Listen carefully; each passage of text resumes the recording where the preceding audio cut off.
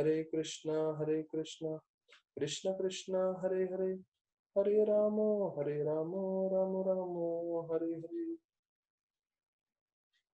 तो सभी भक्तों का स्वागत है आज के भागवत कथा में।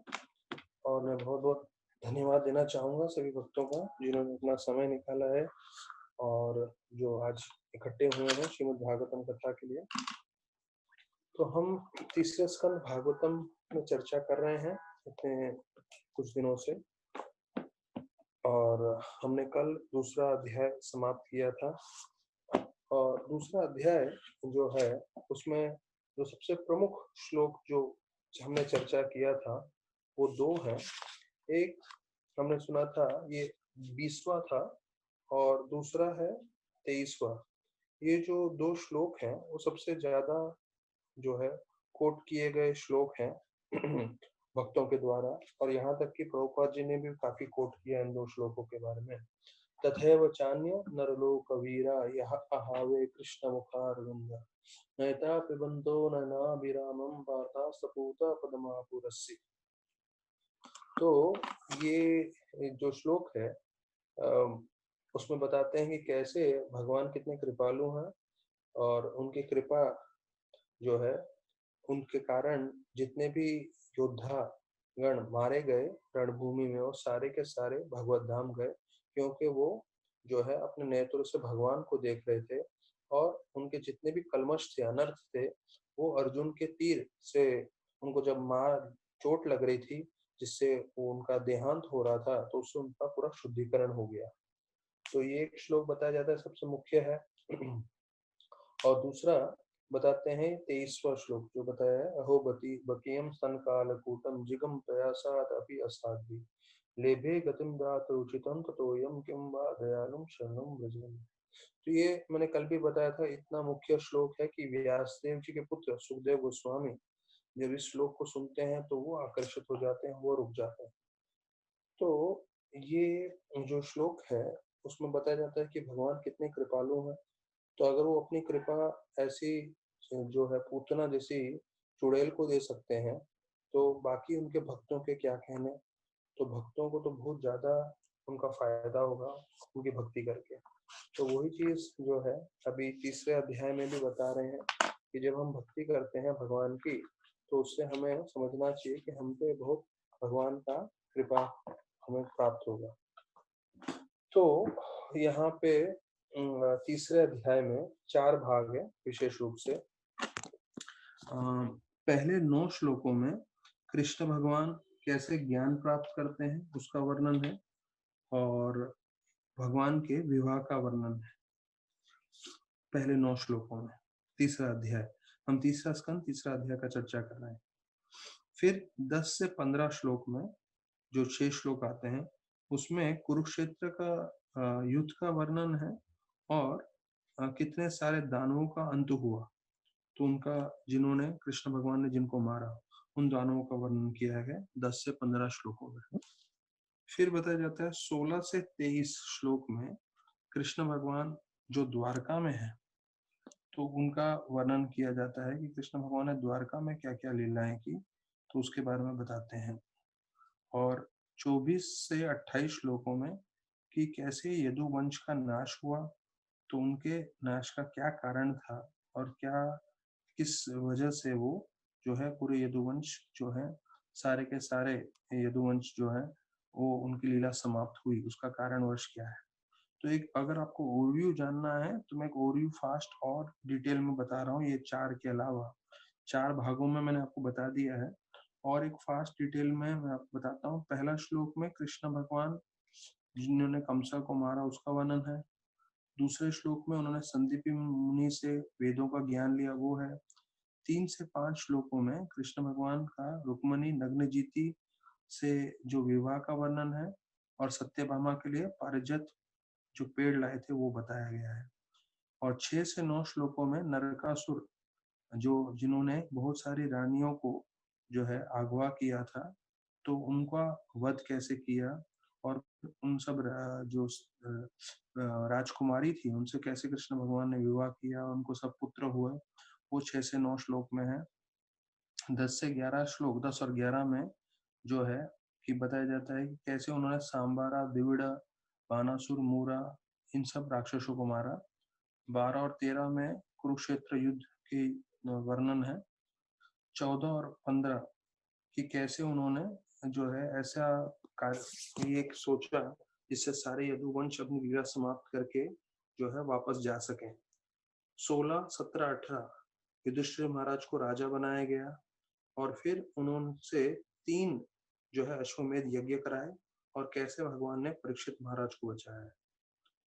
फिर 19 से 22 श्लोक में कि भगवान उन्हें द्वारका में क्या-क्या लीलाएं की, कैसे उन्होंने वैदिक शास्त्रों का पूरी तरह से पालन किया और फिर उन्होंने अपना वैराग्य प्रदर्शन किया। 23वें श्लोक में आता है सिर्फ भक्त ही भगवान की लीला समझ सकते हैं। तो इस अध्याय का 23वां श्लोक भी थोड़ा मुख्य माना जाता है क्योंकि हम भक्ति के कारण ही जो है भगवान को समझ पाएंगे। बिना भक्ति के जो है भगवान को समझना जो है मुश्किल ही नहीं नामुमकिन भी है।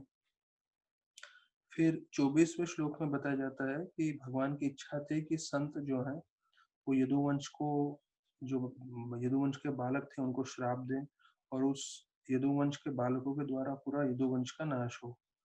और फिर 25 से 28 श्लोक में यदुवंश के जितने भी भक्तगण थे वो सब प्रवास क्षेत्र और वहाँ ब्राह्मणों को दान पुण्य करते हैं। तो ये पूरा संक्षेप है जो तीसरे अध्याय का है। तो अभी हम पहले श्लोक से जो है चर्चा करेंगे कि कैसे पहले श्लोक में वर्णन किया गया है कंसा का कैसे अंत हुआ।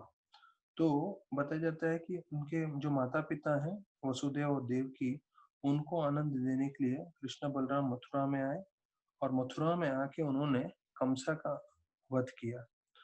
तो प्रभुपाद जी तात्पर्य में बताते हैं कि कैसे वसुदेव देवकी बहुत चिंताग्रस्त हो गए थे क्योंकि उनको लग रहा था कि हमने कृष्ण बलराम को जो है कृष्ण को विशेष रूप से इतने सालों तक छुपा के रखा था नंद महाराज के पास कि कंसा उनको आक्रमण न कर सके, कंसा उसे मार न सके। पर अभी कृष्ण भगवान स्वयं मथुरा में आ गए हैं और वो 16 साल के युवक हैं और अभी कंसा को पूरा मौका मिल रहा है उनका वध करने का।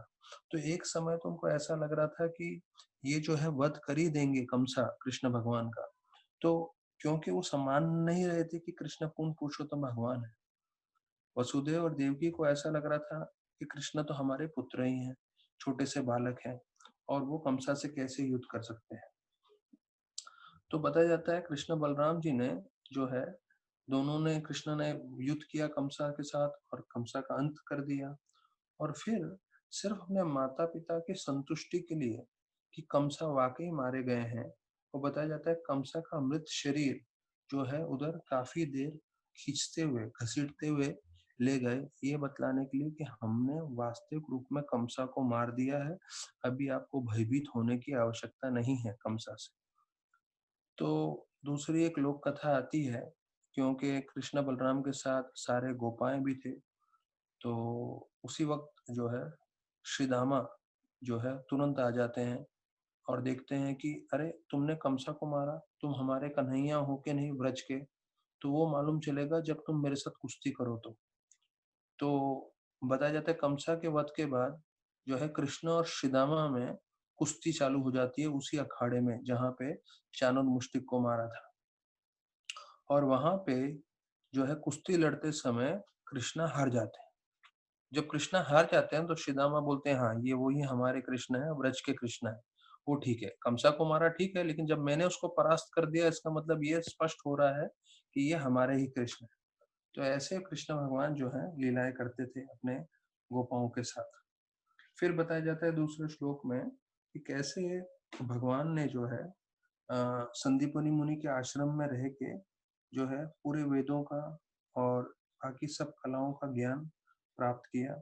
और कृष्ण भगवान और बलराम जी जब एक बार श्रवण करते थे तो श्रवण करते ही सब कुछ सीख लेते थे और अपने गुरु दक्षिणा में उन्होंने यमलोक से उनके जो मृत पुत्र थे संदीपनी मुनि के उनको लाके वापस किया। तो प्रभुपाद जी बताते हैं कि कोई मृत व्यक्ति को वापस जो है जीवन नहीं दे सकता और वापस उसको जीवित नहीं कर सकता सिवाय भगवान कृष्ण के। तो भगवान कृष्ण ने कितनी बार अपने जीवन में ऐसी लीलाएं की जिससे ये स्पष्ट किया कि कैसे जो है वो पूर्ण पुरुषोत्तम भगवान थे। वो यमलोक गए, यमराज जी के पास गए और उनको उनके पुत्रों को वापस लेकर आए। तो प्रभुपाद जी इसका तात्पर्य में कई मुख्य चीजें लिख रहे हैं दूसरे श्लोक में। तो कि भगवान को तो सभी वेदों शास्त्रों का ज्ञान है। तो एक मन में प्रश्न आएगा सभी भक्तों के कि भगवान को क्या जरूरत थी संदीपनि मुनि के आश्रम में जाके ज्ञान प्राप्त करने की। भगवान तो बोलते हैं कि सारे वेदों से मुझे जानना है और सारे वेद मेरे से ही प्रकट होते हैं। तो सब ज्ञान जो है भगवान से आता है, तो भगवान को ज्ञान पद्धति लेने की क्या आवश्यकता थी। तो भगवान अपने जीवन से ये बतलाना चाहते थे कि हर एक जीव को जो है प्रामाणिक गुरु के पास जाना चाहिए और आध्यात्मिक ज्ञान लेना चाहिए। तो भगवान ये चीज सबको सिखाना चाहते थे, इसलिए भगवान खुद जो है संदीपनि मुनि के आश्रम में गए और उन्हें ज्ञान प्राप्त की, जबकि उनको ज्ञान की कोई आवश्यकता नहीं थी।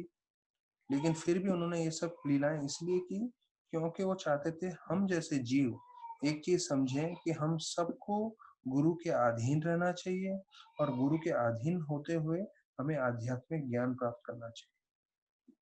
और फिर जो है बताते हैं कि जैसे उन्होंने अपने गुरु को संतुष्ट किया गुरु दक्षिणा देके, तो वैसे ही हम सबको जो भी ये आध्यात्मिक ज्ञान प्राप्त कर रहे हैं हमें अपने गुरु को संतुष्ट करना चाहिए। गुरु आध्यात्मिक ज्ञान जब प्राप्त करते हैं तो उसका कोई फीस नहीं होता, लेकिन हमारा कर्तव्य बनता है कि हम अपने गुरु को जो है प्रसन्न करें। उन्होंने इतनी हमारे लिए मेहनत की है तो हमें भी उनको प्रसन्न करने का कोशिश करना चाहिए। तो प्रभुपाद जी ने पहले ही बता दिया था ये चीज इसके बारे में कि कैसे गुरु को प्रसन्न करना है। पहला है हमें ये चीज समझना है जो गुरु हमें आध्यात्मिक ज्ञान देता है हम कभी भी पूरे जीवन में उनका ऋण नहीं चुका सकते। पहला चीज ये समझना है। हम चाहे कुछ भी कर लें, कितना ही हम उनके लिए सेवा कर लें या भेंट दे दें या कुछ भी करें, गुरु का जो ऋण होता है वो कम हम कभी नहीं उतार सकते। फिर प्रभुपाद जी ने दूसरी चीज बताई। प्रभुपाद ने बोला कि अगर आप जो है अम, अ, मेरा ऋण उतारना चाहते हो तो आप क्या करिए, जैसा मैंने किया है वैसे आप करिए। अर्थात मैंने आपको प्रचार किया है, आप दूसरों को प्रचार करें। तो देखिए ये भक्तों को जानना बहुत जरूरी है कि पहला चीज तो है हम गुरु का ऋण कभी नहीं उतार सकते, और अगर हमें उतारना है तो एक ही मात्रा है, एक ही तरीका है जिससे हम गुरु का ऋण उतारने की कोशिश कर सकते हैं, जिससे गुरु बहुत प्रसन्न होते हैं। और वो है जब हम प्रचार करते हैं। हम जितने सारे लोगों को कृष्ण भक्ति दें तो गुरु हमसे प्रसन्न होते हैं। तो ये मुश्किल कार्य है, लेकिन मुश्किल कार्य जो है हमें कभी ना कभी अपनाना पड़ेगा और हमें शुरू करना पड़ेगा, लोगों को कोशिश करना पड़ेगा लोगों को कृष्ण भक्ति देना। तो हो सकता है कई लोग बोलेंगे नहीं प्रभु जी हमारा स्वभाव नहीं है प्रचार करने का। तो हमारा स्वभाव हो ना हो, अगर आपको गुरु के प्रति आप कृतज्ञ जो है आपको लग रहा है कि आप कृतज्ञ हैं, आपको उनको कुछ देना है, तो आपको एक ही मात्र से आप गुरु को प्रसन्न कर सकते हैं, वो है लोगों को कृष्ण भक्ति देके। तो जैसे मैंने बताया कि हो सकता है आप जब कृष्ण भक्ति देने की कोशिश करें तो आप असफल रहें कई समय तक, लेकिन जब आप कोशिश भी कर रहे हैं तो कोशिश जो है भगवान को बहुत प्रिय होता है और भगवान उससे भी आपको कृपा देते हैं। भले ही आप एक फोन कर रहे हो, भले ही आप किसी को कुछ बता रहे हो, तो आज के तारीख में फोन करके किसी के साथ कनेक्ट होना आसान है, और उसके साथ थोड़ा थोड़ा कृष्ण भक्ति जोड़ दें तो बहुत अच्छे से हम लोग कर सकते हैं। देखिए बताया जाता है कि जितने भी सॉफ्टवेयर कंपनीज हैं पूरे वर्ल्ड लेवल पे, इंटेल और वगैरह वगैरह, जो माइक्रोसॉफ्ट है या जो नासा में है, तो जितने भी मेन मेन इंटरनेशनल कॉरपोरेशंस वाले हैं वो सब बोलते हैं हमें इंडियंस चाहिए, क्योंकि वो देखते हैं इंडियंस में वो गुण है कि वो नम्र भी रहते हैं, कई जगह पे उनको जो है सहनशीलता भी है, तो कई कई गुण हम सब भारतीयों में पहले से ही है, पर उसमें हम भक्ति जोड़ दें तो हम लोगों का कल्याण कर सकते हैं। अभी हमने हाल ही में देखा कि कैसे एक अभिनेता जो है सुशांत राजपूत करके, उन्होंने आत्महत्या कर ली। तो रोज के 300 के करीब, 300 साढ़े 300 के करीब आत्महत्या हो रहे हैं। अब इनका नाम सामने इसलिए आया क्योंकि वो अभिनेता है, पर हमें समझना चाहिए कि रोज 300 साढ़े 300 हो रहे हैं और सब न्यूज में नहीं आते हैं, पर वास्तविक रूप में इतने आत्महत्या रोज हो रहे हैं पूरे भारतवर्ष में, और जबकि ये पुण्य भूमि है, धर्म की भूमि है। तो वो क्यों हो रहे हैं? क्योंकि हम जितना कृष्ण भगवान से दूर जाएंगे, भक्ति से दूर जाएंगे, तो हमारे कर्म भी हैं और भौतिक चीज भी कभी हमें संतुष्ट नहीं करेगा। तो हमारे कर्मों के कारण भी हम मुश्किलों में पड़ सकते हैं, और दूसरा, भौतिक चीज जो है हमें कभी भी पूरी तरह से संतुष्टि नहीं दे सकता। तो जैसे बताते हैं, कृष्णा और माया दोनों में क्या फर्क है? दोनों आकर्षित करते हैं हमें, पर संतुष्ट सिर्फ कृष्ण भगवान कर सकते हैं। माया भी हमें आकर्षित करती है, कृष्ण भी हमें आकर्षित करते हैं, पर हमें ध्यान रखना है कि हमें संतुष्टि सिर्फ कृष्ण भगवान से मिलेगी। जैसे मैं आपको उदाहरण देता हूँ, हमने बहुत सारे फिल्म के गाने सुने हैं, हम पिक्चर की तरफ आकर्षित थे, और अभी भी शायद आकर्षित होंगे हम लोग। तो हम कभी भी एक पिक्चर देख के संतुष्ट नहीं हुए। हाँ, कभी अच्छा लगा होगा तो 2-4 बार देख लिया होगा, लेकिन जो है हम हर बार चाहते थे कि एक और पिक्चर, एक और पिक्चर, अगला पिक्चर, और वही चल रहा है पूरी भौतिक जगत में। तो भौतिक रूप से हम कभी संतुष्ट नहीं होंगे। हाँ, थोड़ा आनंद आ जाएगा उस समय, पर आध्यात्मिक रूप से हम पूरी तरह से संतुष्ट हो सकते हैं। जैसे हरे कृष्णा महामंत्र जब से मिला है, तो सालों साल से हम एक ही मंत्र जप कर रहे हैं और पूरी तरह से संतुष्ट है। और जितनी एकाग्रता से हम जप करेंगे, ध्यान करेंगे, तो उतना जो है हमें भगवान का कृपा मिलेगा। एक अंग्रेजी में सेइंग है, practice makes a man perfect. जितना आप प्रैक्टिस करेंगे, अब यही चीज मैं आपको सरल रूप में बताऊं कि हाँ, किसी को गाड़ी चलाना सीखना है, किसी को स्विमिंग सीखना है, तैरना सीखना है, तो वही चीज आएगी कि हाँ, कितना प्रैक्टिस करेंगे, वो ज्यादा से ज्यादा प्रैक्टिस करेंगे। अगर 100 घंटा प्रैक्टिस करेंगे तो वो अच्छे से सीखेंगे, लेकिन 100 की जगह अगर 200 घंटा प्रैक्टिस करेंगे, मतलब दुगना, तो और अच्छे से सीख लेंगे।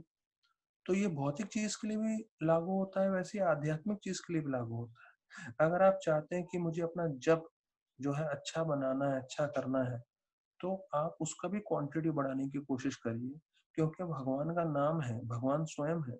जैसे आप भगवान के साथ ज्यादा समय बिताएंगे हरि नाम के द्वारा, 16 माला तो हम इसलिए कर रहे हैं क्योंकि कई लोगों ने वचन दिया हुआ है, लेकिन जब हम उससे ज्यादा माला करते हैं, तो हम ये बतला रहे हैं कृष्ण भगवान को कि हम आपको प्रसन्न करना चाहते हैं, और हरिनाम के द्वारा हम शुद्धिकरण करना चाहते हैं, और आपके सेवा में ज्यादा से ज्यादा लग्न होना चाहते हैं।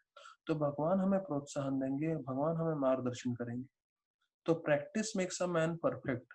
तो वही चीज हम ज्यादा से ज्यादा जब भी करेंगे, तो हम देखेंगे हमारे जीवन में कैसे सार्थकता प्राप्त हो रही है। तो कल जो है योगिनी एकादशी है, और हमें मालूम है पिछला निर्जल एकादशी हम लोग ने, सब लोग ने उनकी कथा सुनी थी। तो ये योगिनी एकादशी की भी महिमा जो है, युधिष्ठिर महाराज पूछते हैं कृष्ण भगवान को कि योगिनी एकादशी के बारे में आप हमें बताइए। तो कृष्ण भगवान बताते हैं कि इस एकादशी में जो उसका पालन करता है, वो सभी पापों से तो मुक्त होता ही है, और उसको मुक्ति की भी प्राप्ति होती है। और जो जीव इस भौतिक संसार में एक बहुत ही बड़े भव सागर में जो डूब रहा है, तो डूबते डूबते भव सागर में मालूम है लोगों को क्या चाहिए, कि वो जो है किनारे पे आ जाए, हाँ, समुद्र से बाहर आ जाए। तो कहते हैं वैसी आध्यात्मिक जगत का जो किनारा है, हाँ, उसमें पहुंच सकते हैं अगर हम कल की एकादशी को अच्छे से पालन करें।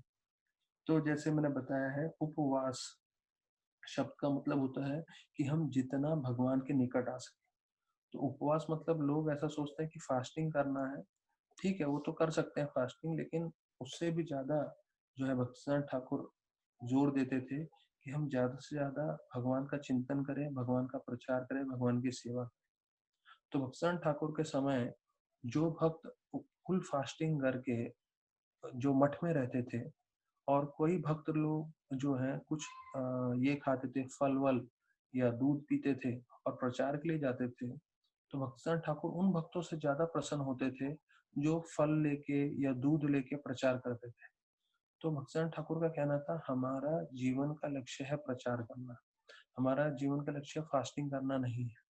हाँ, जिनको करना है कर सकते हैं और कोई फास्टिंग करके प्रचार करे वो और भी अच्छा है। लेकिन भक्तिसिद्धांत ठाकुर ने स्पष्ट किया था कि हमें सबको प्रचार करना है और प्रचार करेंगे तो हमें भगवान की पूरी कृपा मिलेगी। तो कल का दिन है वापस से एकादशी, तो हम आज ही तैयारी कर सकते हैं उस एकादशी के लिए। आज रात को जल्दी सो सकते हैं, फिर कल सुबह जल्दी उठ सकते हैं और कल सुबह जल्दी उठ के जो है ज़्यादा से ज़्यादा माला कर लें, जिससे हमें भगवान की कृपा जो है मिले। और फिर पूरा दिन भर हम कृष्णमय कार्यों में लगे रहें, जिससे हम कृष्ण का स्मरण कर सकें, कृष्ण की भक्ति कर सकें। तो इसकी कथा ऐसे आती है कि अलकापुरी राज्य के राजा हैं कुबेर जी, जो यक्ष हैं और वो शिव भगवान के परम भक्त हैं। तो बताया जाता है कि वो कुबेर जी जो हैं, वो रोज भगवान शिव की आराधना करते थे और आराधना करते हुए उनको फूल लगते थे। तो उनके एक ये थे दास, जिनका नाम था हेममाली। तो वो बगीचे से रोज जो है फूल लेकर आता था शिव जी को अर्पण करने के लिए और कुबेर को देते थे वो। लेकिन उनमें हेममाली में एक अवगुण था, वो अपनी जो है भार्या, अपनी बीवी से जो है बहुत आकर्षित थे और जो उसका नाम है स्वरूपवती। तो उससे बहुत आकर्षित रहते थे और हमेशा उनकी तरफ जो है इंद्रभोग के नजरिए से उनकी तरफ देखते रहते थे। और एक बार ऐसा हुआ कि वो जब फूल लेने गए थे, तो फूल लेके वो इनको मानसरोवर जो है उसमें नदी में जाते थे लेने के लिए। तो वहां से फूल लेने के बाद वो कुबेर के पास जाने के बदले में अपनी भारिया, अपनी बीवी के पास चले गए और संभोग करने लगे। तो यहाँ पे कुबेर जी रुके हुए थे, क्योंकि उनके शिव के जो फूल अर्पण करने थे, तो उसके लिए रुके हुए थे। उनका जो है भगवान का प्रार्थना, शिव जी भगवान का प्रार्थना पूरा नहीं हो रहा था। तो उन्होंने अपने भक्त एक शिष्य को भेजा देखने के लिए कहाँ पे है हेममाली। और जब उनको मालूम चला कि हेममाली अपनी पत्नी के संग में है, तो बहुत क्रोधित हुए और उन्होंने हेममाली को बुलाया। और जब हेममाली वापस आए उनके पास, तो उन्होंने क्रोध वेश में बोला कि आप जो है सेवा छोड़ के अपनी बीवी के साथ भोग में लगे हो, तो इसलिए मैं आपको श्राप देता हूँ कि आपको कोढ़ हो जाए और आप अपनी बीवी से भी अलग हो जाओ और यहाँ अलकापुरी में आप रहने के योग्य नहीं हो, आप जो है नीचे लोकों में चले जाए। तो ऐसे करके उनको श्राप मिलते ही उनका पतन हो जाता है हेमामाली का। और वो देखते हैं वो जंगल में है, अकेले हैं और उनको कोढ़ हो गया है। तो बताया जाता है वो इतने जो है दुख और तकलीफ में पड़ जाते हैं, क्योंकि उधर खाने को कुछ नहीं था, पानी नहीं था। तो ऐसी जंगल में बताया जाता है काफी समय तक भ्रमण करते रहते हैं हेमा माली। और फिर जबकि उनको कोढ़ भी था, और ऐसे भ्रमण करते करते जो है वो एक बार एक महान ऋषि जिनका नाम है मार्कंड ऋषि, उनका दर्शन करते हैं। तो मार्कंड ऋषि को देखते हुए दूर से वो प्रणाम करते हैं, क्योंकि उनको पहले ही कोढ़ हो गया था। तो वो सोचते हैं इतना ठीक नहीं है कि मैं इतने महान संत के पास से जाऊं। और दूसरा ऐसा था कि हेम माली जो है, उनको मालूम था कि मैं मेरी क्या गलती हुई है, मेरे से क्या अपराध हुआ है, जिसके कारण मैं यहाँ पृथ्वी पे आ गया हूँ। तो वो हमेशा शिव भगवान की पूजा आराधना करते रहते। तो उनकी आराधना करते करते जो है जब वो मार्कंड ऋषि से मिले, तो मार्कंड ऋषि ने दूर से देखते हुए उनको पूछा, क्योंकि उनको दिखा कि उनको तो कोढ़ हो गया है। तो उन्होंने पूछा कि तुमने ऐसा क्या कार्य किया था जिसके कारण तुमको कोढ़ हो गया है। तो हेमा मालिनी ने पूरा जो है उनका जीवन का दृष्टांत बताया कि कैसे वो जो है अलकापुरी में रहते थे, कुबेर जी की सेवा करते थे और ऐसे ऐसे गलती होने के कारण उनको श्राप मिला है। तो मार्कंडेय ऋषि ने बताया कि देखो आपने जो ये पाप किया है और आप पे जो ये श्राप है, इससे अगर आप मुक्ति चाहते हो तो कल ये योगिनी एकादशी है। तो योगिनी एकादशी का जो है आप पालन करोगे तो आपका जो है उद्धार होगा। तो बताया जाता है कि योगिनी एकादशी उन्होंने पालन की और फिर उनको ये जो कोढ़ का शरीर था वो उससे उद्धार होके वो सीधा अलकापुरी पहुंच गए और अलकापुरी में वापस अपनी सेवा में नियुक्त हो गए, अपने पत्नी के साथ मिले वो। और इतना ही नहीं, बताया जाता है कि वहां से भी भगवत धाम चले गए थे। क्यों? क्योंकि उन्होंने योगिनी एकादशी पालन की थी। तो एक ये संक्षेप में बताया जाता है कि कैसे हमें जो है एकादशी पूरी तरह से पालन करना चाहिए, जितना हो सके जप करना चाहिए, जितना हो सके भक्ति करनी चाहिए। तो उससे हम आध्यात्मिक रूप में जो है अच्छे से बने रहेंगे।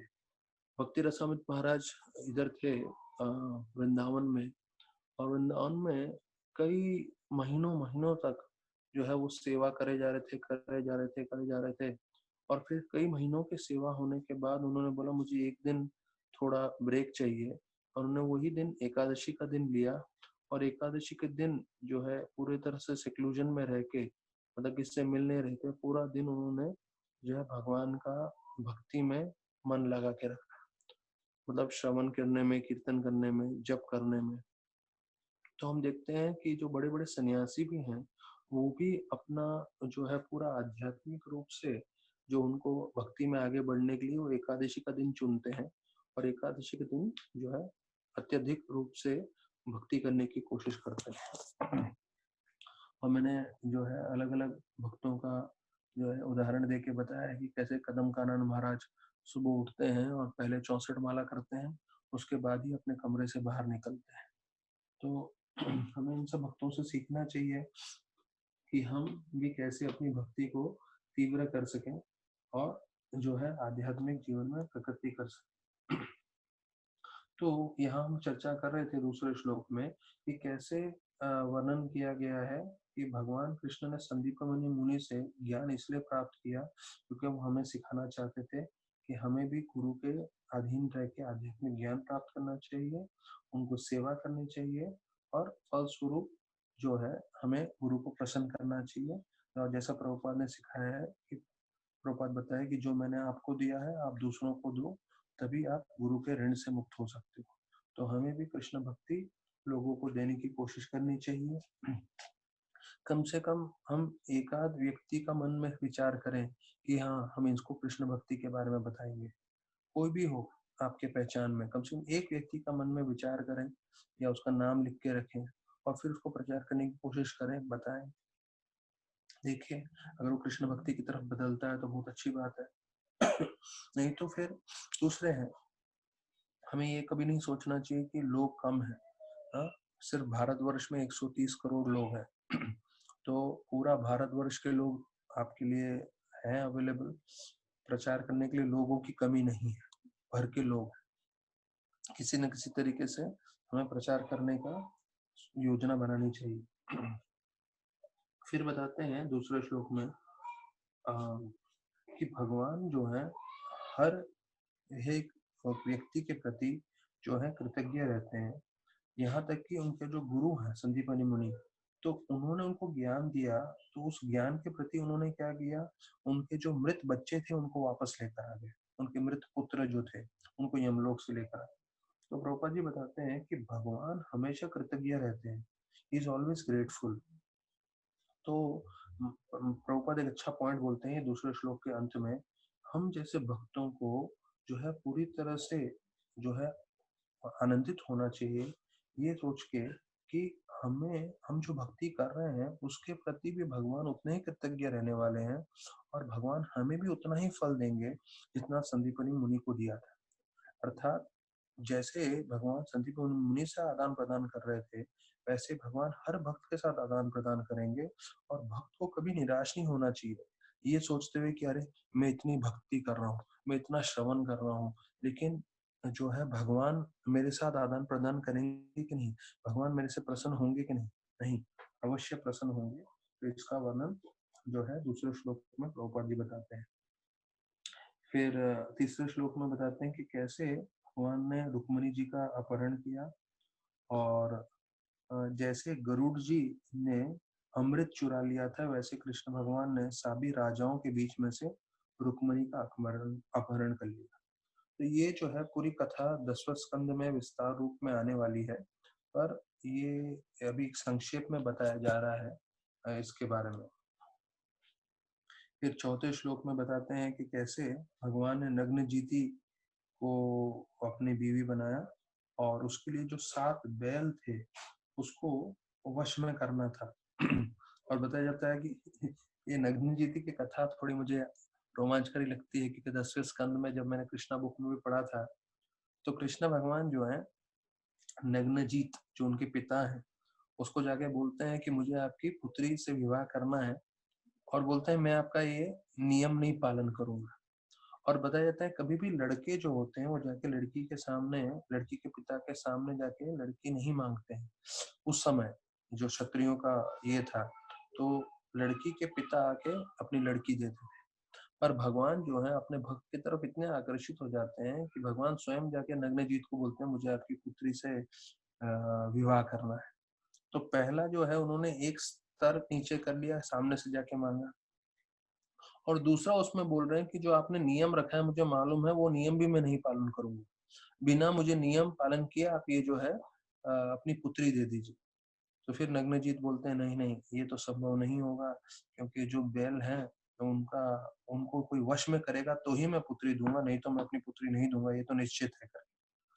तो भगवान बताया जाता है उसी वक्त अपने आप को 7 रूप में जो है विस्तार करते हैं और बोलते हैं बैल इतने भयंकर थे कि कोई भी राजकुमार उनके पास भी आता था तो बताया था पूरी हड्डी तोड़ देते थे उनकी, इतना भयंकर थे ये बैल।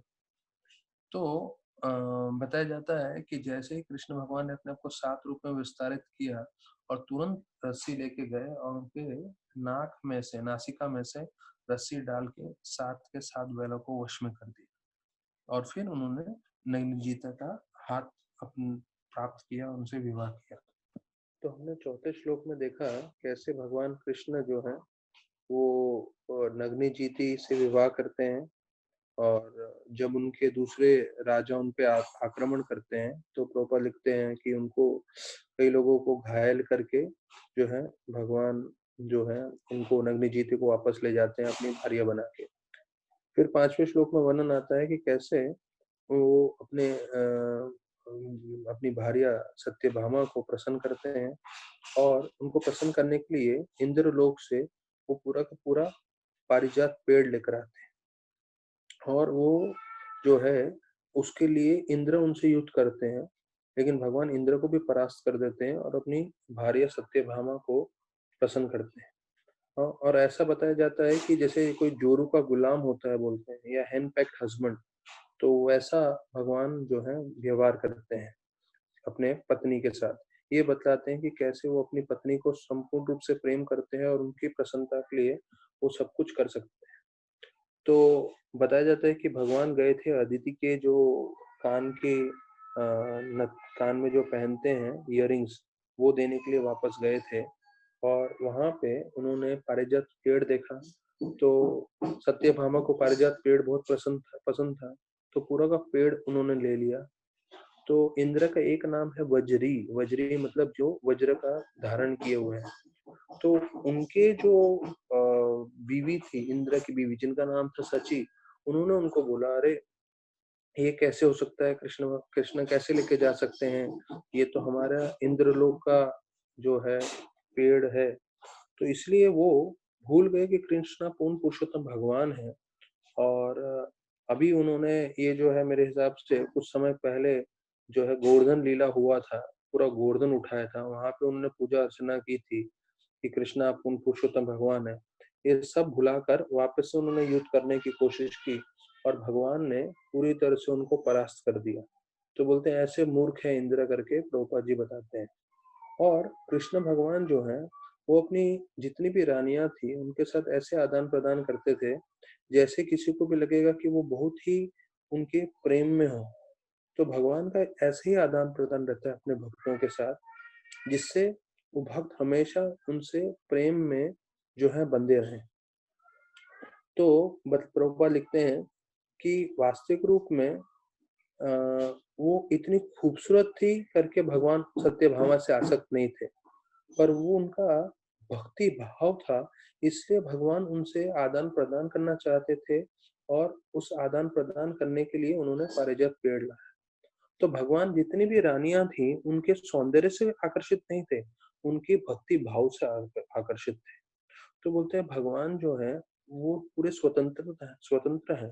उनको चाहिए तो सत्यभामा जैसी हजारों, लाखों जो है अपनी रानियाँ वो कभी भी प्रकट कर सकते हैं। जैसे बताया जाता है सहस्त्र लक्ष्मी उनकी सेवा कर रहे हैं, लेकिन भगवान जो है अपने भक्तों की भक्ति देख के बहुत प्रसन्न हो जाते हैं और भगवान अपने भक्तों के साथ आदान-प्रदान करते हैं। फिर बताया जाता है कि भगवान जो है उन्होंने नरकासुर का वध किया, छठे श्लोक में बताते हैं। और नरकासुर जो है धरती के पुत्र थे, माता धरती के मतलब भूमि देवी के। तो नरकासुर का एक और नाम है भौमासुर। तो इसके श्लोक में आता है कि कैसे जो भूमि के पुत्र थे, और वास्तविक रूप में बताया जाता है भूमि देवी को जब भगवान वह के रूप में आए थे, तो उन्होंने उनको गर्भोदक सागर में से उठाकर ऊपर रखा था। तो जब गर्भोदक सागर से जब उनको उठा के ऊपर रखा था, तो अपने स्पर्श से उन्होंने एक संतान भी दिया था, जो भूमि देवी का पुत्र था भौमा। और यही भौमा जो है वो बानासुर के असर में संग में रह के जो है असुर बन गया। तो प्रभुपाद जी लिखते हैं हमें अपना संग जो है एसोसिएशन ध्यान से चुनना चाहिए। अगर हम गलत संगत में रहें, तो भले ही हम विष्णु के ही पुत्र क्यों ना हो, धरती माता के ही पुत्र क्यों ना हो, लेकिन अगर हमारी संगति जो है बुरी होगी, तो हम भी ऐसे संग में पूरी तरह से बिगड़ जाएंगे। और वही हुआ, ये भौमासुर जो है नरकासुर बन गए और भगवान विष्णु ने स्वयं उनको अंत किया, कृष्ण भगवान ने उनका अंत किया। और फिर बताया था धरती माता ने उनका जो पुत्र है भगदातर, उसको सामने लेकर आया और उनको राजा घोषित किया। और फिर इस नरकासुर ने बहुत सारी रानियों को अगवा करके रखा था, राजकुमारियों को। तो भगवान कृष्ण ने इन सब 16,000 तकरीबन जो रानियां थी, राजकुमारियां, उन सबको जो है स्वीकार कर लिया, क्योंकि ये सब राजकुमारी भी जो है कृष्ण भगवान से प्रेम करती थी और वो भी चाहती थी कि कृष्ण भगवान हमें स्वीकार कर ले। तो प्रभुपाद लिख रहे हैं कि अगर कोई अच्छे माता पिता का भी पुत्र होगा, लेकिन वो बुरी संगति में रहेगा, तो उसको सारे बुरे गुण लग जाएंगे। तो हमें ध्यान रखना है कि हमें बुरा संग नहीं करना है, अच्छा संग करना है। तो उसमें मैं ये बताना चाहूंगा कि हम लोग के हाथों में मोबाइल है, और मोबाइल से आपको अच्छा संग भी मिल सकता है, बुरा संग भी मिल सकता है। तो बहुत ध्यान रखना है कि हम मोबाइल का दुरुपयोग ना करें, क्योंकि हो सकता है हमें लग रहा होगा कि हम 4 नियम नहीं तोड़ रहे हैं। कई-कई लोग जो है वीडियो गेम खेलने में लगे रहते हैं, कई-कई लोग जो है पिक्चर देखने में लगे होते हैं या दूसरी चीज़ों में लगे रहते हैं। तो आपको समझना चाहिए कि ये सब चीज़ें जो है हमारे आध्यात्मिक उन्नति के लिए अच्छी नहीं है, और हमें कोशिश करना चाहिए कि इसको कम से कम हम करें। फिर ये छठा और सातवां श्लोक हमने साथ में चर्चा कर लिया है। तो सातवें श्लोक में बताते हैं प्रभुपाद कि अगर कृष्ण भगवान उनको स्वीकार नहीं करते थे 16,000 रानियों को, तो उनको कोई स्वीकार नहीं करता था, क्योंकि उनको जो है अगवा करके नरकासुर लेकर आया था और अपने यहाँ रखा था। तो पिताजी के घर से जो लड़कियां हैं उस समय सीधा अपने पति के घर में जाती हैं। अगर कहीं और बीच दूसरे स्थान पे चली गई तो उनका विवाह नहीं होता है। तो वैसे देखा जाए तो 16,000 राजकुमारियों को कोई स्वीकार करने वाला नहीं था। तो कृष्ण भगवान ने ही स्वीकार कर लिया और बताया कि कैसे कृपालु हैं वो। फिर 8वें और 9वें श्लोक में बताया जाता है कि उन्होंने अपना स्वरूप बदला। ये प्रभुपाद जी भी इसमें तात्पर्य में बताते हैं कि 16,000 रानियां थी। अब 16,000 रानियों का सबका रूप, रंग, आकार थोड़ा जो है बदला हुआ था। तो भगवान ने अपने आप को जब विस्तार किया, तो हर एक रानी के लिए जो है, जो जब उन्होंने अपना रूप विस्तार किया, तो हर एक रानी के लिए जैसे वो रानी थी, तो उनकी पसंद के हिसाब से और उनका जैसा शारीरिक या रूप था, तो उसके हिसाब से भगवान ने अपना जो है अपना रूप बदला। तो उन्होंने 16,000 एक समान नहीं रखा। 16,000 कृष्ण भगवान ही थे, पर थोड़े अलग अलग से थे। क्यों? क्योंकि जिससे वो 16,000 अलग अलग रानियों के साथ जुड़ सके और उनसे विवाह कर सके। तो ये कोई नई चीज नहीं है, भगवान के अनंत रूप है। जैसे बोलते हैं समुद्र में लहरें नहीं गिन सकते, तो वैसे ही भगवान के उतने अवतार हैं। तो ये हम सोच नहीं सकते कितने हैं, पर ये अनगिनत है।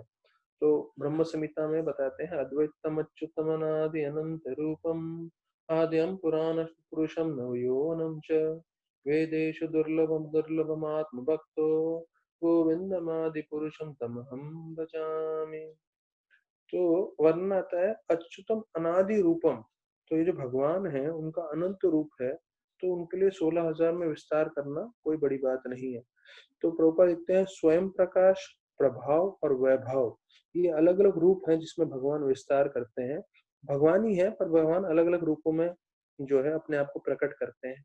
तो बोलते हैं इन रानियों के लिए भगवान ने वैभव विलास के रूप का प्रदर्शन किया था, और एक एक रानी के हिसाब से वो जोड़ीदार बने थे। तो ये 9वें श्लोक तक चर्चा हुआ। अभी हम दूसरे भाग में आ रहे हैं, दानवों का वध और कुरुक्षेत्र का युद्ध। तो 10वें श्लोक में बताया जाता है काल यवन जरासंध शल्वा, इन सब ने जब आक्रमण किया तो भगवान जो है अपने भक्तों को जो है उनका गुणगान करने के लिए भगवान ने उनसे युद्ध नहीं किया, भगवान निकल गए। तो भगवान का एक नाम है रण छोड़, क्योंकि वो युद्ध भूमि छोड़ के निकल गए। तो रण भूमि क्यों छोड़ के निकल गए? क्योंकि वो जो है अपने भक्त मुचुकुंदा का जो है इतिहास में नाम करना चाहते थे, भागवत में नाम करना चाहते थे, और फिर मुचुकुंदा ने इनका वध किया, कालियवन का। उसी प्रकार से जरासंध का जो है युद्ध करके भीमसेन ने उनका वध किया। तो बोलते हैं कि भगवान अपने भक्तों को जो है मान सम्मान देना चाहते थे, इसलिए भगवान ने इनका जो है खुद से जो है नष्ट नहीं किया, उनको नहीं मारा। फिर 11वें श्लोक में बताते हैं सांबरा, दिवड़ा, बानासुर, मूरा, दंतवक्रा, और इन सबको कृष्णा ने स्वयं मारा। और दिवड़ा राक्षस के लिए बोलते हैं कि बलराम जी ने मारा, और सांबरा को प्रद्युम्न ने मारा, पर उनके जो पुत्र हैं उन्होंने मारा। और ये सब वर्णन आ रहा है।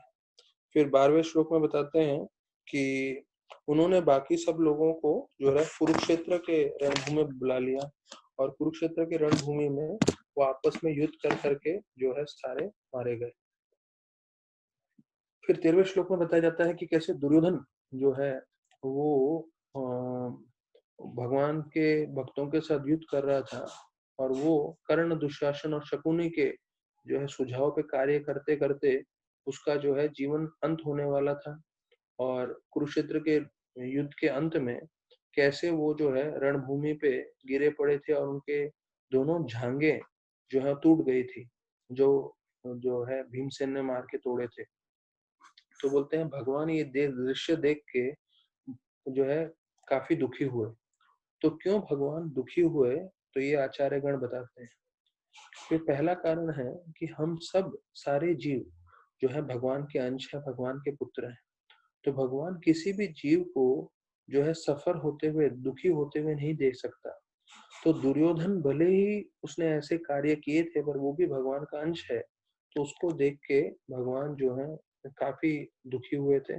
और दूसरा उनके दुखी होने का कारण ये था कि जो यदुवंश है उनको उनको जो है अभी पूरी लीला समाप्त करके वापस जो है देवलोक और वहां पे भेजना था, तो इसलिए भी वो रुके हुए थे। तो ये दो कारण बताए गए हैं। तो प्रभुपाद जी लिखते हैं कि भगवान जो है तात्पर्य में 13वें श्लोक का, भगवान जो है वज्र के समान है अभक्तों के साथ, लेकिन भक्तों के लिए भगवान एक गुलाब के समान।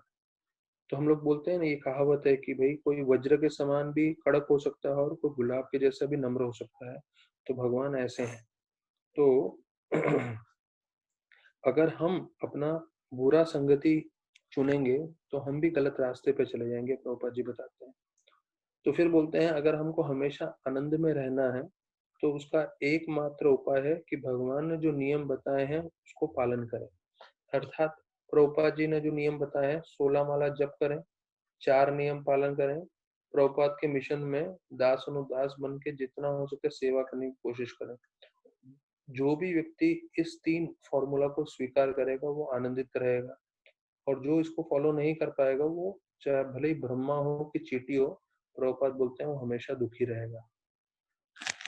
फिर 14वें श्लोक में बताते हैं कि 18 अक्षौणी सेना एकत्रित हुई थी और उन्होंने जो है आपस में युद्ध करके जो है सबको समाप्त कर दिया। लेकिन बताया जाता है 18 अक्षौणी सेना से ज्यादा शक्तिशाली थे यदुवंशी, क्योंकि वो कृष्ण भगवान के पार्षद थे। ऐसे करके 14 श्लोक में वर्णन आता है। तो प्रभुपाद जी बताते हैं कि ये गलत धारणा है। ये 14 श्लोक का तात्पर्य मैं बोल रहा हूँ। प्रभुपाद स्टार्टिंग के तात्पर्य में बताते हैं ये गलत धारणा है लोगों के मन में कि जब संख्या मानव की बहुत बढ़ जाएगी तो इस पृथ्वी पे जो है बहुत बड़ा बोझ हो जाएगा। तो जितना जितना मानव संख्या बढ़ती जा रही है पृथ्वी पे, तो लोगों को लग रहा है पृथ्वी पे बोझ बढ़ रहा है। तो ये गलत धारणा है। प्रभुपाद जी इस बात का पूरा खंडन कर रहे हैं ये 14 नंबर के श्लोक में कि जितने भी लोग बढ़ जाएं उससे कोई जो है फर्क नहीं पड़ता। इस पृथ्वी पे सबसे भारी पर्वत है और बड़े बड़े समुद्र हैं, और इस पर्वत और समुद्र पे जितने जीव रहते हैं वो मानव से भी कहीं अधिक है। और यहाँ तक कि प्रभुपाद जी बताते हैं कि मानव जो है पूरे पृथ्वी पे सिर्फ 5% है। 95% जो है दूसरे जीव है, सिर्फ 5% जो है वो है मनुष्य। और फिर बताते हैं कि सबके लिए जो है भोजन की व्यवस्था है। भगवान ने सिर्फ मानव के लिए नहीं, जितने भी बाकी सब योनियां हैं सबके लिए प्रबंध किया है। और अगर जो है मानव योनि या दूसरी योनि बढ़ रही है, तो प्रभुपाद जी एक और चीज लिखते हैं, जैसे मानव योनि बढ़ रही है, मानव का संख्या बढ़ रहा है, तो वैसे दूसरी योनियों का भी संख्या बढ़ रहा है। हो सकता है जानवर भी बढ़ रहे हैं, सब बढ़ रहे हैं। तो भगवान ने सबके भोजन का प्रबंध किया है। और अगर मानव योनि और बढ़ेगा तो उसकी कोई चिंता की बात नहीं है, भगवान ने सबके भोजन का प्रबंध किया हुआ है। तो ये गलत धारणा है कि अगर जो है मानव ज्यादा जन्म लेंगे या ज्यादा उनकी उत्पत्ति होगी पृथ्वी पे तो खाना कम पड़ेगा, ऐसा नहीं है। तो बोलते हैं पृथ्वी देवी जो है, भूमि देवी, तभी वो दुखी होती हैं जब धर्म की ग्लानि होती है। जब ये सब लोग जो है अधर्म का कार्य करते हैं तब धरती माँ को इनका बोझ लगता है। जब वो धर्म का कार्य कर रहे हैं तो बोझ नहीं लगता है। तो ये सबसे मुख्य चीज है कि जीव को हमेशा धर्म का पालन करना है, आध्यात्मिक पालन करना है। और विश्वनाथ चक्रवर्ती ठाकुर का हमने पिछले प्रवचन में श्लोक सुना हुआ है। विश्वनाथ चक्रवर्ती ठाकुर बताते हैं कैसे जो है 3 लोगों को बोझ नहीं लगता।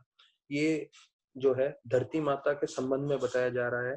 धरती माता को जो लोग धर्म का पालन करते हैं उनका बोझ नहीं लगता है, लेकिन जो अधर्म का पालन करते हैं, अधर्म को प्रोत्साहन देते हैं, उनका बोझ लगता है धरती माता। तो विश्वनाथ चक्रवर्ती ठाकुर बताते हैं कैसे एक पति को अपनी नई नवेली दुल्हन, अपनी नई नवेली बीवी का बोझ नहीं लगता। एक माँ को जो है अपने बेटे का वजन नहीं लगता।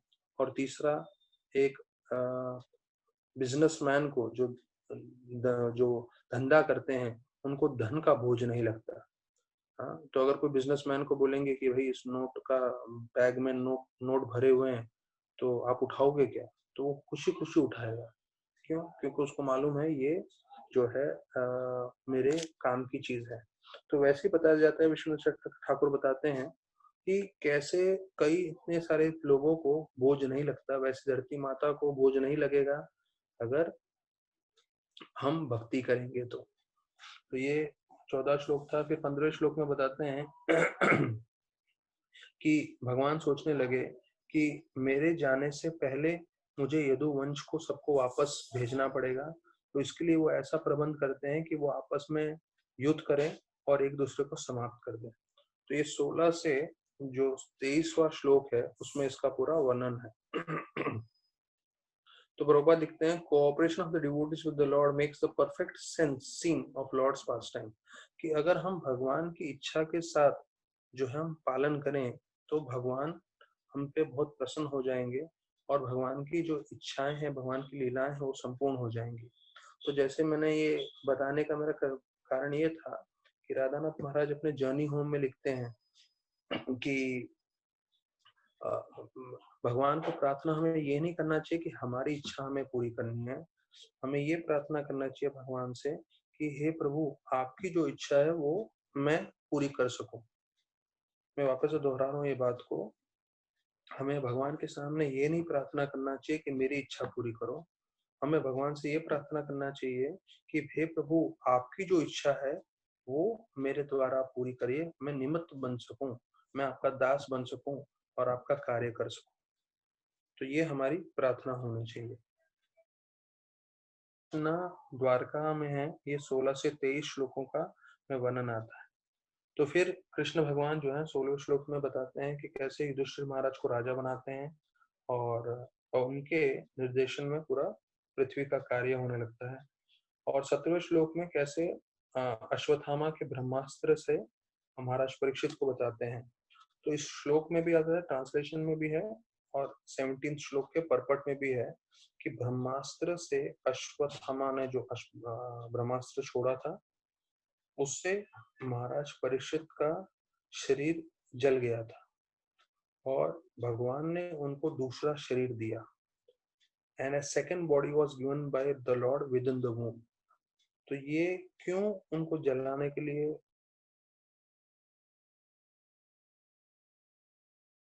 तो ब्रह्मा जी के अस्त्र का सम्मान देना था, इसलिए उन्होंने जो है महाराज परीक्षित को जो है पहला उनका शरीर विध्वंस होने दिया और उसी वक्त उनको दूसरा शरीर दे दिया। तो ये जो है 17वें श्लोक में प्रभुपाद जी इस बात की पुष्टि करते हैं। ब्रह्मा जी का अस्त्र है, उसका सम्मान देना मैंने कहीं और सुना था, वो इस श्लोक में नहीं है, पर दूसरा शरीर दिया है वो प्रभुपाद जी बताते हैं। फिर युधिष्ठिर महाराज ने 3 अश्वमेध यज्ञ किए और उन्होंने अपने भाइयों के साथ पूरा पृथ्वी पे राज किया। फिर बताया जाता है कि कैसे भगवान के 2 ऐश्वर्य हैं कि भगवान ने जो है, एक तो उनका वैराग्य है और एक तो है उनका ज्ञान। ये दोनों शक्तियों का उन्होंने प्रदर्शन किया। तो वैराग्य कैसे उन्होंने बताया, वैसे तो भगवान पूर्ण पुरुषोत्तम है, श्री कृष्ण सर्व कारण कारणम है, हमने देखा है पूरा पृथ्वी और पूरे सृष्टि और आध्यात्मिक जगत के भी करता है। पर यहाँ पे जब थे तो भगवान द्वारका के राजा बने रहे, द्वारकाधीश, और लेकिन युधिष्ठिर महाराज के अधीन थे। युधिष्ठिर महाराज पूरी पृथ्वी के राजा थे और कृष्ण भगवान उनके अधीन रह के उन्होंने अपना राज्य किया और उन्होंने अपना वैराग्य बताया। फिर प्रभुपाद जी 19वें श्लोक में बताते ज्ञान मतलब क्या है, नॉलेज। ज्ञान क्या है, नॉलेज क्या है, ये हमारे लिए जानना जरूरी है। नॉलेज मीन्स टू नो, ये 19वां श्लोक के लास्ट पैराग्राफ में 5-6 लाइन में आता है।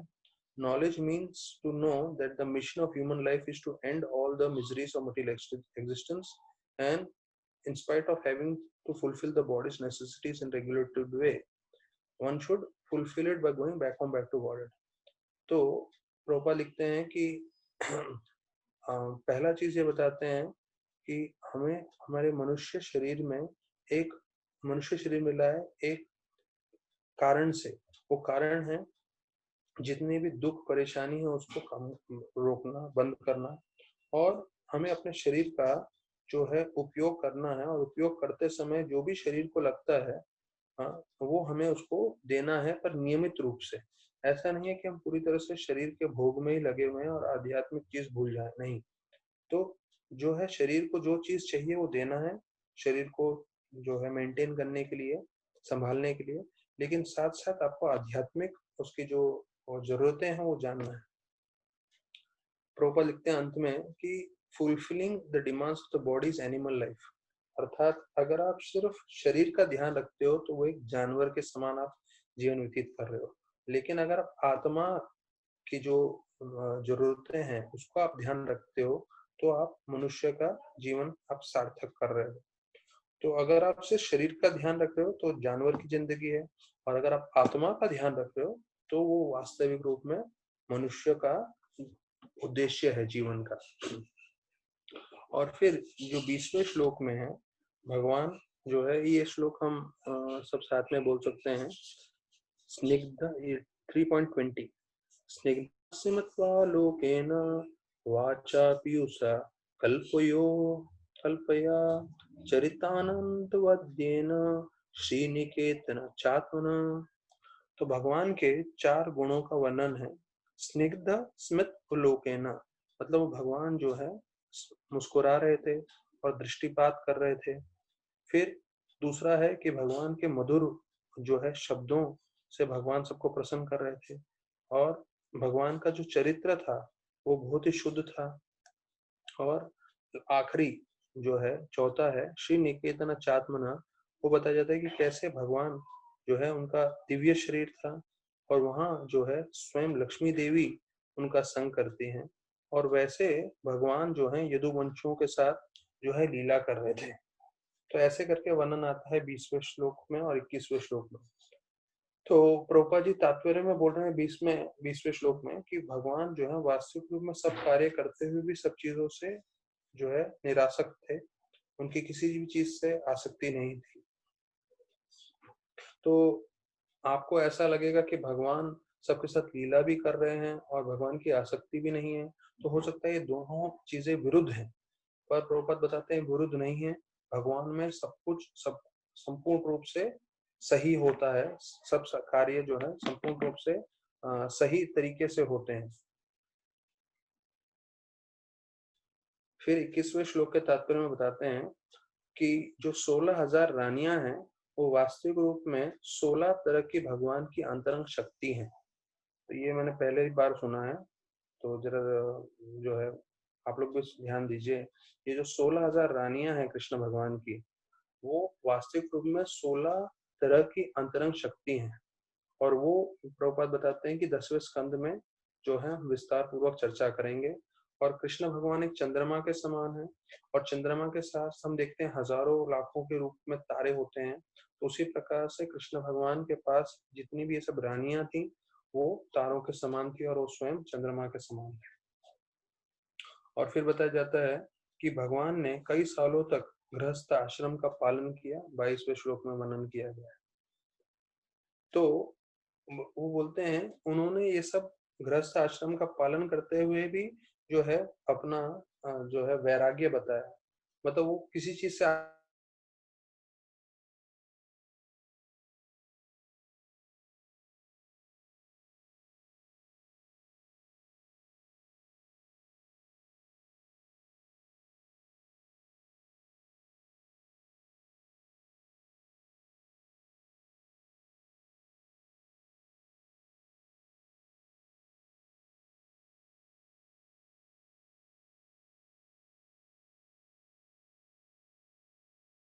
जुड़े हुए हैं। 23वां श्लोक है जो हम सब साथ में जो है चर्चा कर सकते हैं।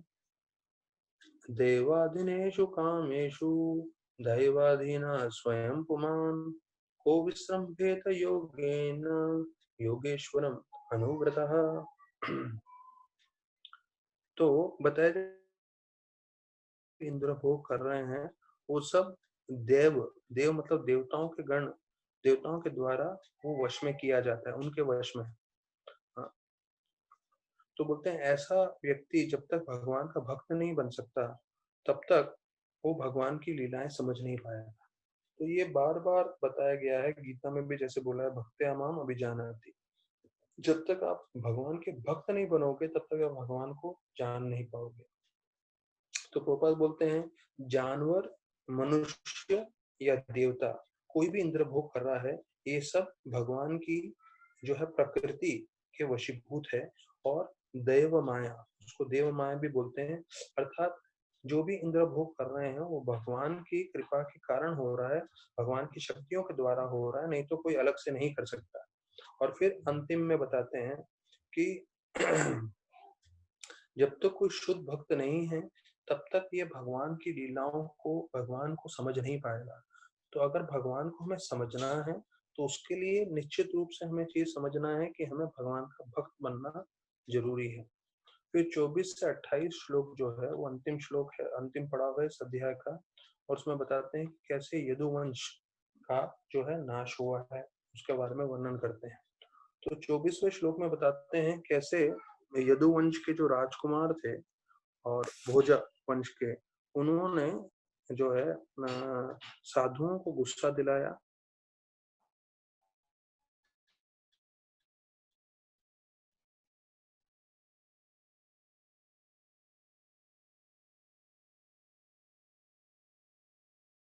फिर उन्होंने साधुओं ने श्राप दे दिया। साधु जो है एक छोटे बालकों या युवराज के जो कार्य कर रहे हैं उससे क्रोधित नहीं हो सकते। हाँ, क्यों? क्योंकि वो लोग सब शुद्ध भक्त थे और उनको गुस्सा भी नहीं आना चाहिए था। और ये जो बच्चे जो कार्य कर रहे थे, वो तो उनका जो है खेल-कूद था और ऐसे में उनको भी जो है कभी साधुओं का निंदा नहीं करना चाहिए था, साधुओं के साथ मज़ाक नहीं करना चाहिए था। तो बताया जाता है ये सब भगवान की लीला है। तो ये भगवान की लीला होने के कारण उन साधुओं ने श्राप दिया और जो ये जो युवराज थे, उन्होंने भी इन साधुओं के साथ ऐसा जो है गलती की। तो ये सब भगवान की लीला है। तो प्रभुपाद जी जैसे मैंने कल बताया था इसके बारे में कि भगवान के संगी पार्षद भी होंगे, तो भी अगर हमने कभी वैष्णव अपराध किया है, तो उसका हमें फल मिलेगा। तो अगर भगवान के संगी पार्षद हैं, तो उनको भी फल मिलेगा। तो हम जैसे जीवों को जो हम लोग साधना भक्ति कर रहे हैं, तो हमें ध्यान रखना चाहिए। तो प्रभुपाद लिखते हैं इसके लास्ट लाइन में, ये जो 24 श्लोक है उसका लास्ट में लिखते हैं, one should therefore take great care and attention not to commit an offence at the feet of devotees of the lord. तो प्रभुपाद बता रहे हैं कि कैसे हमें बहुत ध्यान रखना चाहिए कि हम जो है गलती से भी जो है वैष्णव के प्रति अपराध ना करें हमारे जीवन में। तो जैसे मैंने बताया हुआ है, भक्ति में से बाहर जाने का एक ही कारण होता है, वो है वैष्णव। महाप्रभु बोले आप लोग भगवत धाम जा सकते हैं अगर आप जप करें और कभी वैष्णव अपराध ना करें। तो वैष्णव अपराध ना करने के लिए हमें ध्यान रखना है, हमें हमेशा सभी भक्तों का दास अनुदास बनना है। भले वो नए भक्त हैं, बड़े भक्त हैं, छोटे भक्त हैं, जो भी भक्त हैं सबका हमें दास अनुदास बनना है। हमारे परिवार में जितने लोग हैं उनका भी दास अनुदास बनना है। जब दास अनुदास के भाव में रहेंगे तो हम वैष्णव अपराध नहीं करेंगे और भक्ति से बाहर नहीं जाएंगे। फिर 25वें श्लोक में बताया जाता है कि शक्ति के कारण सब भ्रमित हो गए और वो प्रभास क्षेत्र गए। लेकिन जो भगवान की अंतरंग शक्ति थे, वो लोग द्वारका में रहे क्योंकि द्वारका से वो सब भगवत धाम गए। पर कई जो देवता देवलोक से आए थे, तो उनको देवलोक वापस जाना था, तो वो लोग सब प्रभास क्षेत्र गए। और वो प्रभास क्षेत्र में जाके जो है आगे 26 और 27वें श्लोक में आता है कि उन्होंने स्नान किया वहां पे और उन्होंने अपने पूर्वजों को, देवताओं को और साधु संतों को प्रणाम करते हुए गाय, जो है सोना और कपड़े और घोड़े, हाथी और बहुत सारी चीजें ब्राह्मणों को दक्षिणा में दिया। तो बताया जाता है दो तरह के भगवान के भक्त हैं, एक तो होते हैं नित्य सिद्ध और एक है साधना सिद्ध। अब साधना सिद्ध में दो होते हैं, एक जो शुद्ध भक्त होते हैं और जो शुद्ध भक्त नहीं होते हैं। तो जो शुद्ध भक्त नहीं है उनके शुद्धिकरण के लिए जो है अलग अलग कार्य होते हैं। अच्छा, अभी बताया जाता है ये प्रभास क्षेत्र को लेके जो है मुख्य पॉइंट आ रहा है, जो मैं बोलूंगा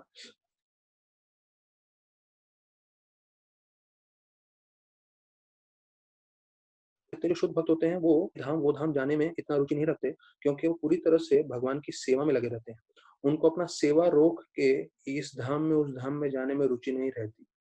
तो अभी नरोत्तम दास ठाकुर जो बोल रहे हैं वो ध्यान से सुनिए कि हम लोग यहाँ वहाँ जो है तीर्थ धाम में भ्रमण कर रहे हैं, ये सिर्फ मन का भ्रम है। क्योंकि अगर हमें भक्ति करना है तो हम कहीं पे भी रह के कर सकते हैं और ये हम अपना आध्यात्मिक सार्थकता प्राप्त कर सकते हैं। तो ये जरा भारी शब्द है, इसको आपको पूरे स्पष्टता से समझना पड़ेगा। नरोत्तम दास ठाकुर क्या कह रहे हैं कि वास्तविक रूप में आप कहीं पे भी रह के भक्ति कर सकते हो और जन जीवन सार्थक कर सकते हो। तो यहाँ धाम में जाना, उस धाम में जाना, इस धाम में जाना, ये सिर्फ एक मन का भ्रम है और कुछ नहीं है करके। तो हमें ये समझना है कि हम सब भक्तों को जब हमारे गुरु आदेश देते हैं तो हमें जाना चाहिए। अपने खुद के मनोकाल्पनिक भावना से आज इस धाम जाते हैं, कल उस धाम जाते हैं, फिर यहाँ जाते हैं, वहाँ जाते हैं, उससे कुछ लाभ ज्यादा नहीं होने वाला है और आध्यात्मिक उन्नति नहीं करने वाला है। हाँ, आपको ऐसा लगेगा अरे मैं हर साल जाता हूँ, मैं जगन्नाथपुरी जाता हूँ, जगन्नाथ जी का रथ खींचता हूँ और मैं तो भक्ति में बहुत प्रगति कर रहा हूँ, मेरे को बहुत अच्छा लग रहा है।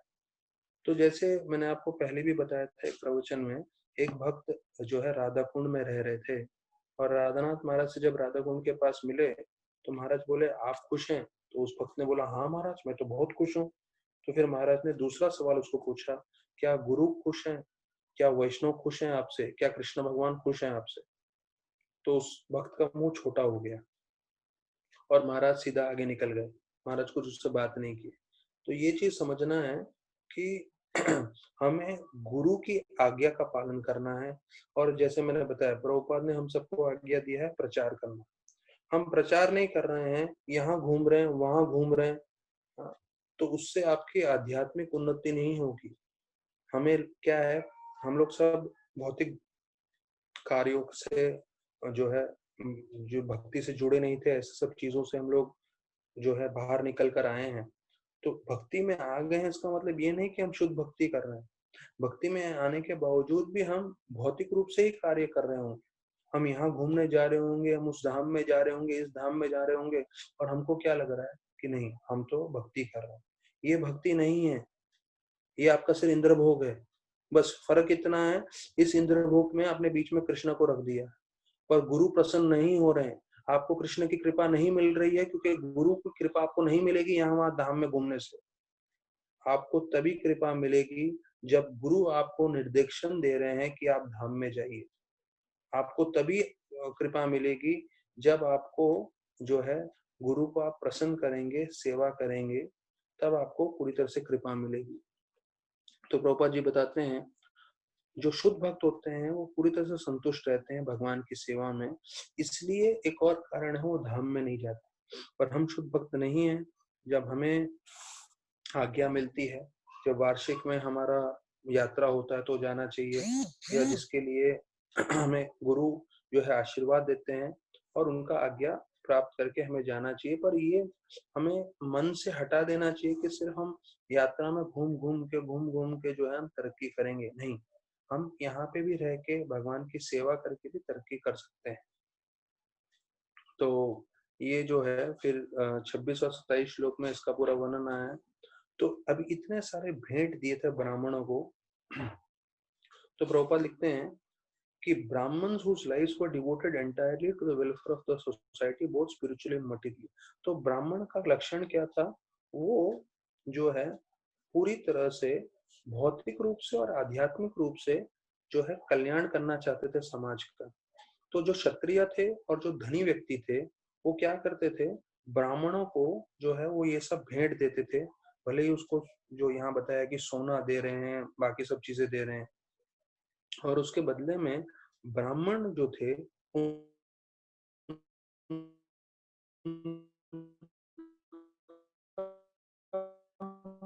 मन कर सके। तो प्रभुपाद का शब्द यहाँ पे प्रभुपाद लिखते हैं, in exchange the Brahmins were completely devoted to elevation of the society. तो ब्राह्मण का उद्देश्य क्या था कि सबके सब लोगों का आध्यात्मिक उन्नति हो, और उसके लिए उनका पूरा कार्य में लगे रहते थे। इसलिए वो धन एकत्रित नहीं करते थे, नौकरी नहीं करते थे। तो उनका उद्देश्य क्या था कि लोगों का कल्याण हो, आध्यात्मिक रूप से तरक्की हो।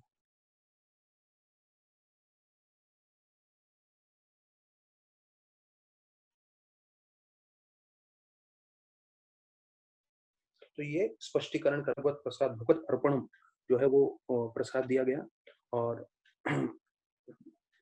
और ये जो ब्राह्मण है वो गैयों को पूरा संभालते थे। तो प्रभुपाद लिखते हैं ये आखिरी श्लोक में इस अध्याय का, कि अगर हम तीन चीज का पालन करें तो हमारा जीवन सार्थक है। The perfection of human life, मतलब हमारा जीवन किस तीन चीजों से सार्थक हो सकता है? जब हम गैया को बचाएं, और जब हम जो ये जो ब्राह्मणों के गुण हैं, ब्राह्मण के लक्षण हैं, वो अपने जीवन में अपनाएं, और हम पूरी तरह से शुद्ध भक्त बनने की कोशिश करें। तो ये प्रभुपाद बोलते हैं this is the perfection of human life, कि हमें मनुष्य शरीर मिला है, मनुष्य शरीर की सार्थकता प्राप्त होगी जब हम गइयों को बचाएंगे, ब्राह्मण जो ब्राह्मण के गुण हैं उसको अपनाएंगे और शुद्ध भक्त बनने की कोशिश करेंगे। तो प्रभुपाद लिखते हैं कि जब तक हम भगवान के भक्त नहीं बनेंगे तब तक हमारा मनुष्य जीवन सार्थक नहीं होगा। और मनुष्य जीवन सार्थक करने के लिए हमें भगवत धाम जाना चाहिए। तो ये जो चीज है, प्रभुपाद जी बता रहे हैं कि हमारा जीवन सार्थक करने के लिए हमें भगवत धाम जाना चाहिए।